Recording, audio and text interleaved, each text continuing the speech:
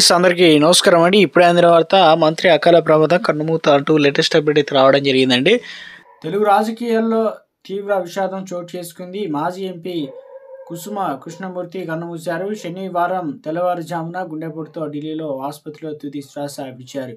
ఈ విషయాన్ని కుటుంబ సభ్యులు తెలిపారు. ఆయన మరణ వార్త తెలిసిన రాజకీయ సినీ ప్రముఖులు సంతాపం తెలుపుతున్నారు. 1940 సెప్టెంబర్ 11న ఆంధ్రప్రదేశ్లోని ఉమ్మడి తూర్పు గోదావరి జిల్లాలోని అయినవల్లి మండలం విలాస గ్రామంలో కుసుమ కృష్ణమూర్తి జన్మించారు. కాంగ్రెస్ పార్టీ ద్వారా రాజకీయ అరంగేట్రం చేశారు.